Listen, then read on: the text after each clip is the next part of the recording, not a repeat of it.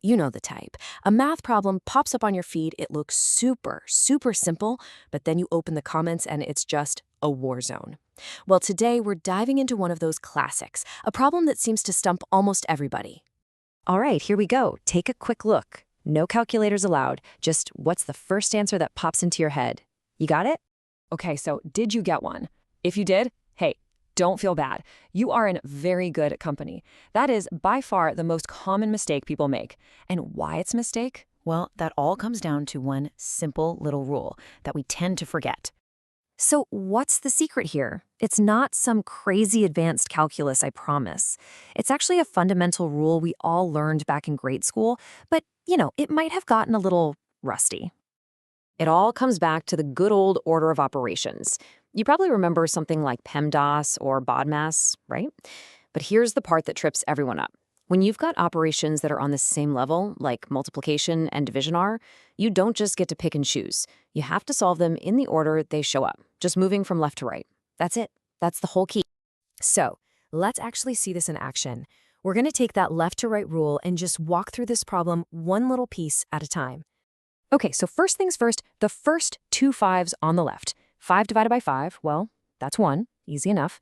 So now our problem is a lot simpler. It's 1 divided by 5 divided by 5. We just keep going left to right. So what's 1 divided by 5? That's 0.2.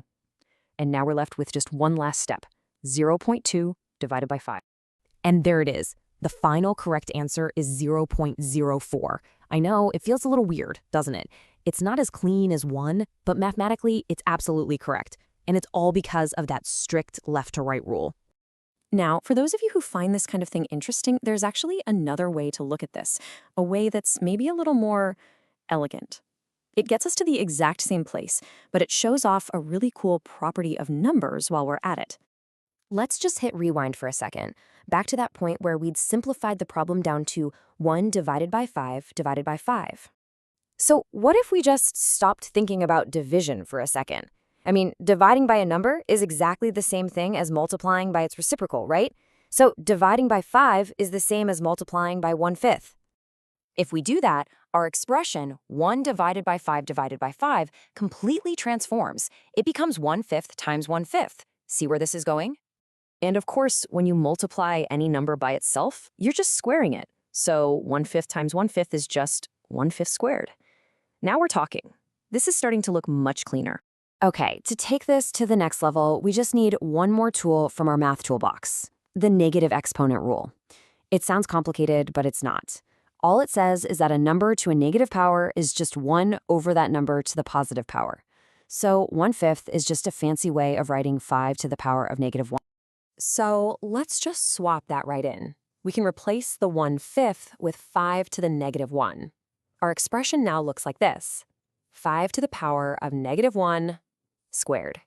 And here we are, the last piece of the puzzle. There's another handy rule for when you raise a power to another power. You just multiply the exponents. In our case, that's -1 times 2, which gives us -2. And that gives us our final answer, just in a different form, 5 to the power of -2. Now, if you punch that into a calculator, what do you think you're going to get? Yup, 0.04. The exact same answer we got the first time, just expressed in a way that's, a bit more mathematically stylish. So, after going through all of that, what's the one big lesson here? What's the thing to remember from this whole exercise? Honestly, it's pretty simple. When you see a long chain of division or a long chain of multiplication, your brain is going to try to find a shortcut. It wants to group things together in a way that feels easy. You just have to tell it, nope. You just start at the beginning and you work your way through left to right, no matter what. It's really just a great reminder of how easy it is to let the basics slip, right? And it kind of makes you wonder, doesn't it? What other simple rules are out there, the fundamentals, that we all learned once upon a time, but maybe don't always remember when it really counts? Definitely something to think about.